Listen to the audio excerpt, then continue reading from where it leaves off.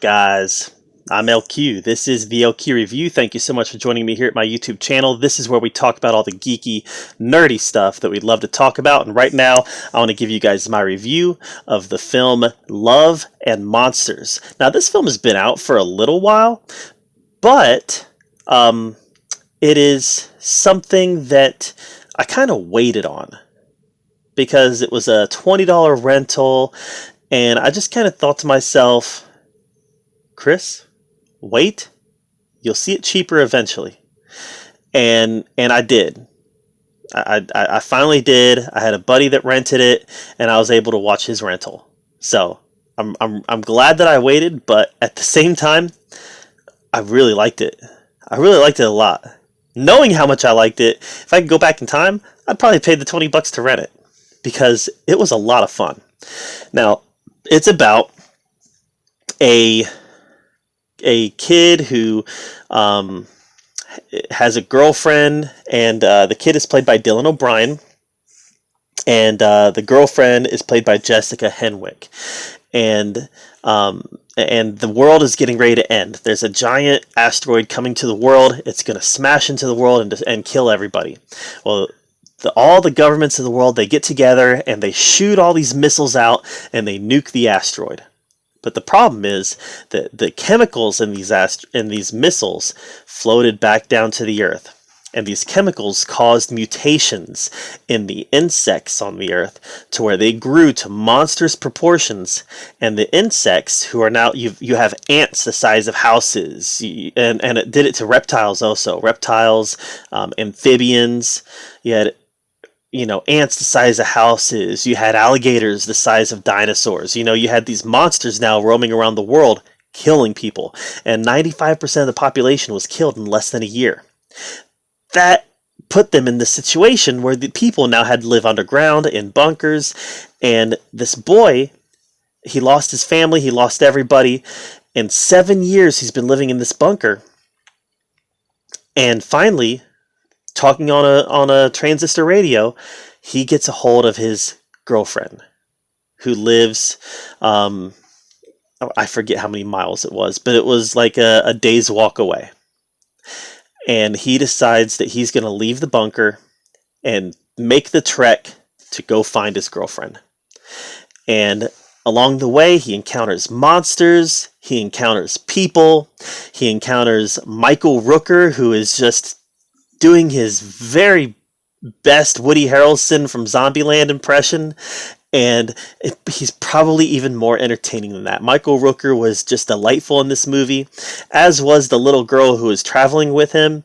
I'm not going to tell you the backstory that they have there, but it's a very nice, very sweet backstory, and the only bad thing about Michael Rooker's character was that he was not in it much. He was not in it much. Now, I'm not going to say if that means that he died. I'm not going to say if that means that they just parted ways. I'm not going to say why he's not in it much.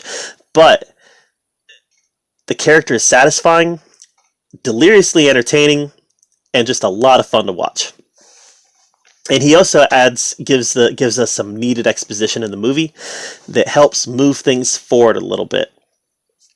And outside of that, the movie was just a travel adventure with Dylan O'Brien's Joel, and it was one of those travel adventures where he keeps on coming up to a different challenge, every few minutes.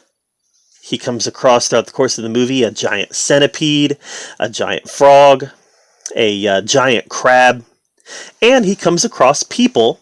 Some of the people are good, and some of the people are not good at all. And I found that to be very Walking Dead-ish, but at the same time, very fun, and definitely had some nice twist in the movie. I feel like some of the twists were telegraphed a little bit, but I forgave the twist being telegraphed so much because the movie was so much fun. I was having so much fun watching it. The special effects were great, and the action was top notch. The comedy was good. Having the dog that he finds be his partner throughout the film just definitely added a bit of sweetness to the film. This film worked on almost every level. I just had a lot of fun with it. Now, if I were to criticize it, My criticism would be that Jessica Henwick's Amy, I didn't particularly like the character. I didn't feel a lot of chemistry between the two actors, and that was at the beginning of the movie when there was supposed to be a lot of chemistry. Later on in the movie, there's reasons why the chemistry may not be as potent as it was when they were dating 7 years earlier. But even then, we're supposed to feel some chemistry, and I just didn't feel any throughout the course of the movie, from the beginning to the end. And I just didn't really find her story to be very compelling. I didn't think she was a very good person, and I didn't find her position in the colony that she was living in to be very believable. There's just not a lot I liked about that character, especially when you juxtapose that against Dylan O'Brien's Joel, who was just a fantastic character and somebody that you were rooting for, and somebody that you wanted to have success and you wanted to see him grow. Because in the beginning of the movie, he's afraid. He's a cowering scaredy cat, and he grows throughout the course of the movie into a warrior.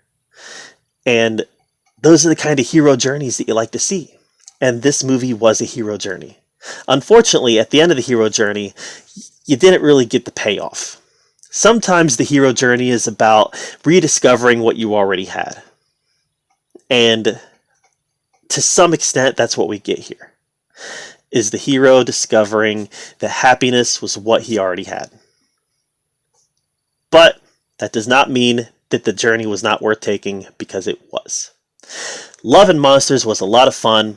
I give it an A. I thought it was a fantastic addition to 2020's slate of films, and I definitely recommend that you take the time to check it out. All that being said, have you seen Love and Monsters? What did you think of it? Let me know in the comments down below. I'd love to have a conversation with you about it. Make sure that you subscribe to my channel, and as always, thank you so much for joining me here at the Oki Review, where we get to talk about all the geeky, nerdy stuff that we'd love to talk about. Until next time, we'll see you guys later.